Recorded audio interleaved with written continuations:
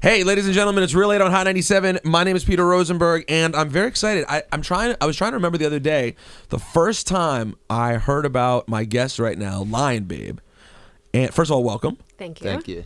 And I think it was from my friend Dave Appleton and Asher Roth. I think they're the first people who put me on to you guys. Okay. In LA like 2 years ago or something like that. And you had a record that was like moving around a little bit. Does that sound familiar? Mm-hmm. What record was that? Treat Me Like Fire. That's our first song ever. That was literally your first song ever? Yeah, as a band in general. Yeah. So, okay, let's get this thing, let me get this out of the way right away, because this is a relatively early interview for you guys, right? Yes. Yeah, definitely. So, LionBabe is the name of the group. Yes. Yeah. However, I'm guessing people just call you LionBabe. It started. It has begun, yeah. It's okay, though. I don't mind it. So, the situation, well, the question is, and and tell everyone, by the way, introduce your actual names to the people. So, I'm Jillian Hervey, and I'm Lucas Goodman. And Lucas, do you mind if people just call her LionBabe? Not really. I think when we thought of the name, we were thinking like, something that when you first hear it, it could be a person, it could be a band. We almost think like Blondie, that kind of vibe. Ah, yes. Yeah. Where people do call her Debbie Harry, but they're also unsure to say Blondie. Yeah. Right. What popped into my head also, Jamiroquai.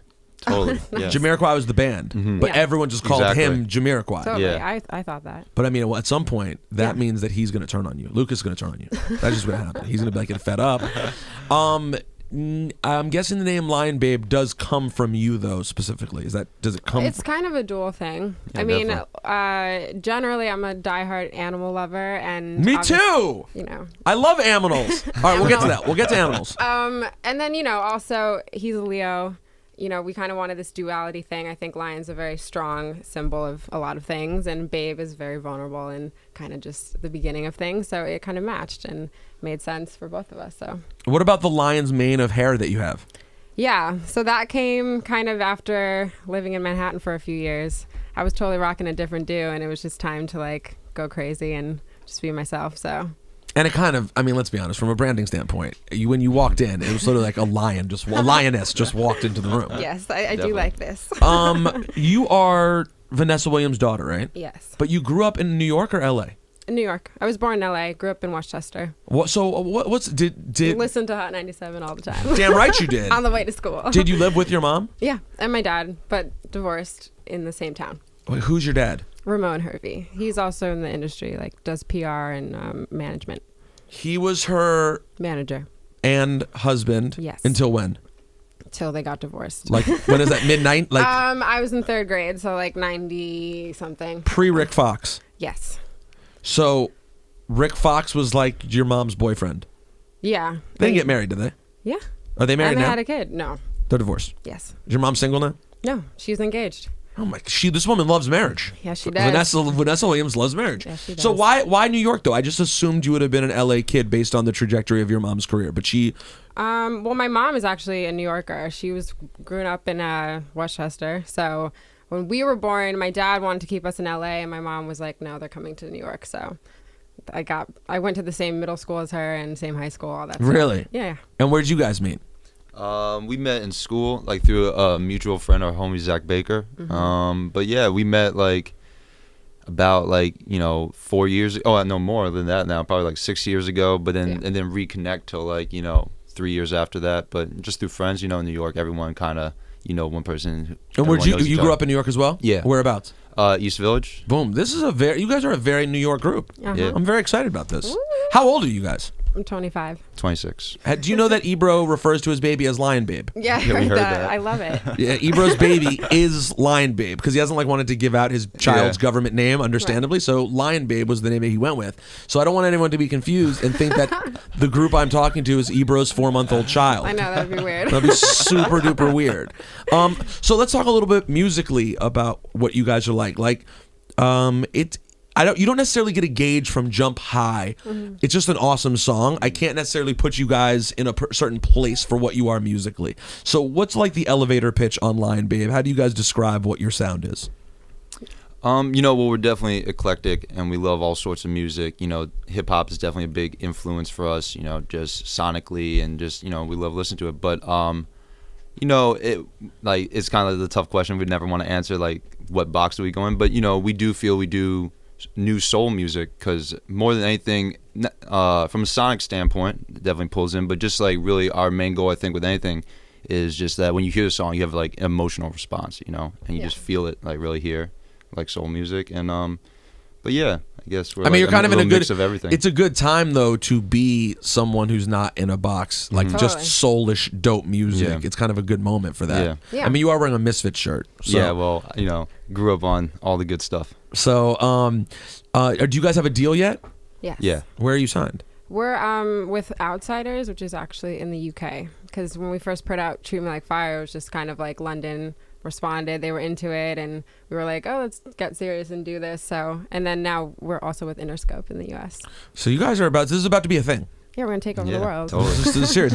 I saw you at Gambino's show at the Cutting Room. Oh, you did? Yes. Oh, sweet. Cool. Yeah, I was there for that. That was so like impromptu. It was impromptu, amazing. and you were nervous, but you did a really great job. Thank you. It was pretty awesome. Yeah. It was you and SZA who came up and just sort of started singing random stuff. He literally like threw us on stage. He was like, "Can you guys just do something?" We're like, "What?" And what are you gonna sing? And Jill Scott just happened, so it worked. Oh yeah, you did. Jill Scott. It was awesome. And like a weird Michael Jackson cover. I don't know. It was fun though. I had a great time. Yeah, that was really good. Really good time. So what was what was life like as Vanessa Williams' daughter, celebrity daughter, but growing up in Westchester, not in Hollywood? Yeah. What was what was that experience like? Give me a little bit of pretty normal. I mean, my mom's pretty normal, especially in my town. Like everyone knows her, so they kind of got over that in 2 seconds. And I think more than anything, it was just I was kind of one of the only people of color in my town, so that was really so that was different. as interesting as the fact that you were a famous person's daughter was just that you were not white and where you were. Yeah, so that's pretty much that was like I think the thing I dealt with the most and whatever. But I mean, when I came to New York, it's not something I go around saying. It's like I love my mom. She's very supportive of me, but you know, I just wanted to create my own lane and be my own person. So she's kind of into that and never really wanted us to be in that kind of lifestyle anyway, because I think she wanted us to just grow up normal. And I'm so thankful I did that, because sometimes I've come across some people that I'm just like, oh man, like I think it just they end up in that world and they don't even want to be. They just kind of don't know anything, and I'm glad that I'm not like an LA Hollywood child. Yeah, well, that's what I'm saying. Did it require effort from your mom, or was it just her being grounded in the fact that she didn't want to be a part of that BS, and as a result of her not being into Hollywood, it made it much easier to raise children who weren't in that world? Yeah, I think it's a little bit of both. I mean, generally my family, most of them, I mean, I'm the most like outgoing. How many are there? There's my brother and my sister, and then my half sister is my little sister. Does anyone else sing? Yeah, I mean, they all can sing. Just I'm the only one that's chosen to professionally pursue it. My little sister though, she's something else. She's really talented. And how old is she? She's 14. Okay. So. Oh, she's much younger. Yeah. She's your half sister. Yeah. Okay. Now you mentioned you loved animals. Yes. Do you both love animals? Oh, totally. It'd be awkward, I guess, if you just hated animals. Yeah, I hope not. This would not work. I hope no one just hates animals. That's pretty there dark. Are people out there. Though. Oh yeah, there are, you have to realize there definitely are people out there who hate animals. So where did the love for animals start? What animals do you have? Did you have growing up? I don't know when it started. It started from the beginning of time for me. I've always had a dog. My mom loves dogs. She has 2 Great Danes. I have a little Boston Bulldog. I grew up with like just a bunch of dogs and used to horse ride, and every time we would travel, definitely I went on a safari, like just all that stuff I've always taken in. I've always just been like the girl watching Planet Earth at night. Like that's my thing. Where did you go on safari?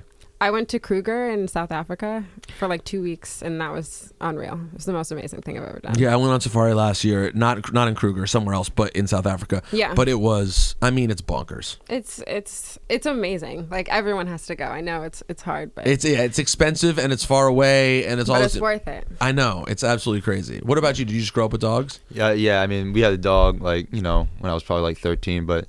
Growing up in New York, I guess as many animals as you can see, you know? Yeah, absolutely. Are either of you guys vegetarian or any of those things, or like animal rightsy, or you just love animals and you're not like a psychopath about it? Not that anyone who's an animal rights person is a psychopath. I support vegetarianism, though I'm not yet capable of being a vegetarian. But it's not as much a lifestyle, just as something you just love? I mean, I think I'm an advocate for animal rights. Like, I'm definitely retweeting things, and I follow some groups and trying to save the tigers and all of that. But I do love eating meat sometimes, so I'm sorry. I watched a feature. I gotta tell you though, I watched a feature last week on HBO about people who only eat what they kill. Gotta tell you, I can't do it. This is the problem. I can't do that. But they're right. Yeah. Like, they're 100% right. Yeah, like, totally. that is... But that seems almost harder to me. Like, well, it's much harder, right? but that's the point. Yeah. If you think...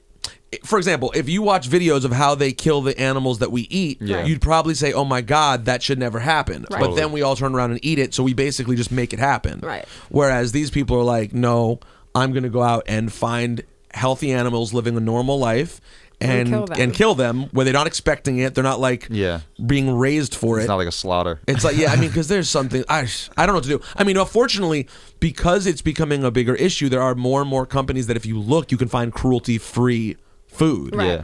But like when you watch but then here's the problem.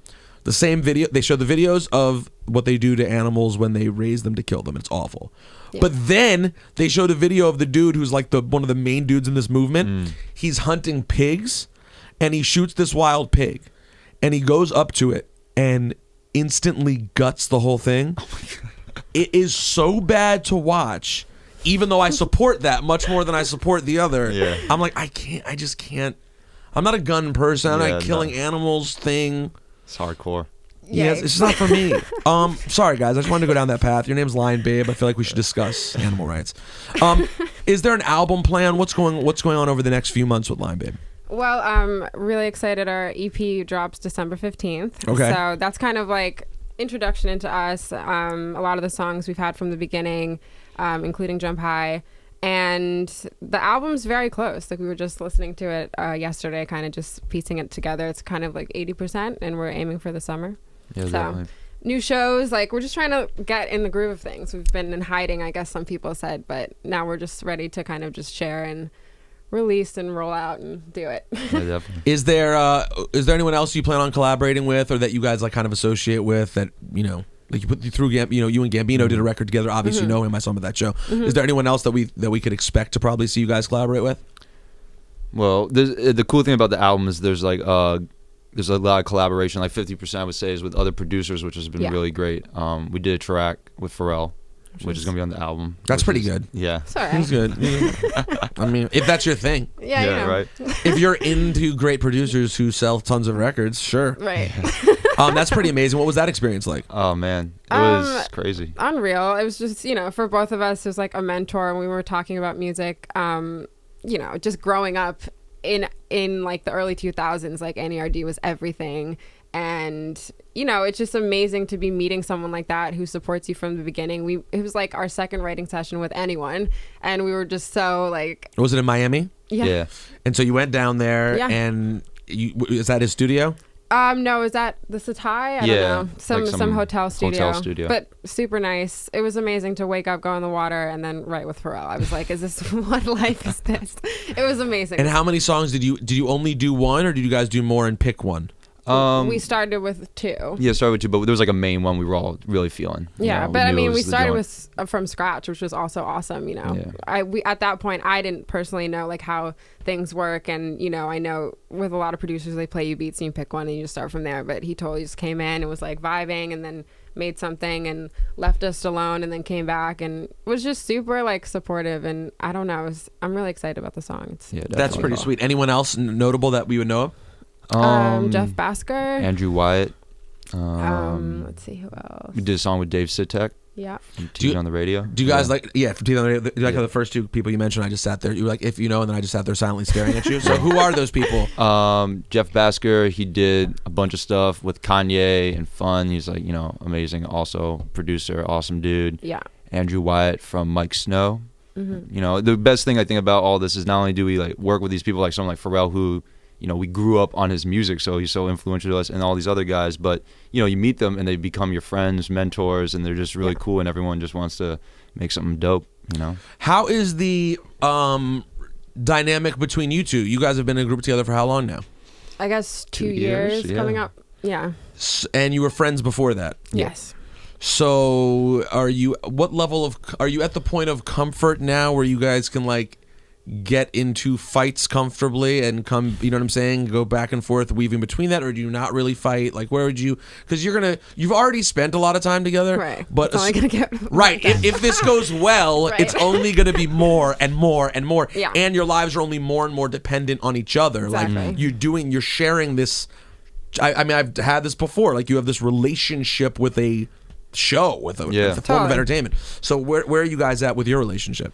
I think in general, I mean, kind of when we met originally, it had that feeling of like we could be real collaborators. Like, I mean, just growing up in New York and working with other artists and stuff, I feel like that's all, you have to be friends with whoever you're working with first. And, you know, we don't fight that much. I think we respect each other. That's like the main thing. And I also just like what he does, like sonically. So it's been easy. There hasn't been a lot of conflicts, and he's not like, you have to sing a song like this or whatever. So it's just like kind of like a natural, the whole thing, LionBabe has been so natural. It's like kind of crazy. So I think that will continue, and hopefully, you know, we're pretty honest with each other, and, you know, he's a New Yorker, so he'll call me out about things and I'll do the same. So it's kind of like, you know, it's just a trust thing, and yeah. Yeah, it's been good. I mean, you know, even when we first, you know, the first thing we ever did, like collaboration-wise, was not even a song. It was like Jill, she, you know, studied dance, and I scored one of her. New school. I scored one of her pieces, and that was like, you know, it was just a lot of fun. And it's just like, oh, there's nothing better as a creative to find another person who's creative and be like, oh man, your ideas are great, and you inspire each other. So it's been good. Have you had any situations yet with other people romantically where they get annoyed that the person who you're partners with deeply is someone of the opposite sex? No, I mean, I've always had guy friends as like my main. You're a guy's girl. I think so. I mean, I love girls. I'm totally like female power, but I think in general, just a natural thing. I have a lot of guy friends. So, because I always wonder about that, because there's always, I mean, listen, let's fast forward 20 years. Mm-hmm. Okay, you guys have an amazing run. You put out 8 albums. You see the world together. Like all these amazing things, the best things that happen in your life happen together. That can be an intimidating relationship for a new person who comes in to see, because when it's brand new and you're establishing them with them, and like really, you know, like if you guys meet someone new tomorrow, like pretty much besides your family and your dear friends, you guys are the important person of the opposite sex in each other's lives. Right. And so that can just be, I'm guessing that could be challenging. I mean, for me, my partner was Cypher Sounds for years. My wife never got jealous. But I'm guessing if it could have been weird if it had gone a different way. Yeah. Yeah. I just want to set you guys up for all these things. I'm trying to get you ready for the E! True Hollywood story. I mean, listen, in every band in which there's a male person and a female person, there's that moment of like, then in 2017, things got weird on the road. And then they show that shot of you playing behind her, and you guys had just had some spat, and she's like dating your engineer. This is what happens. There is not a group in history with men and women in it when shit doesn't pop off. Facts. Guarantee. Leroy, you haven't prepared them for this?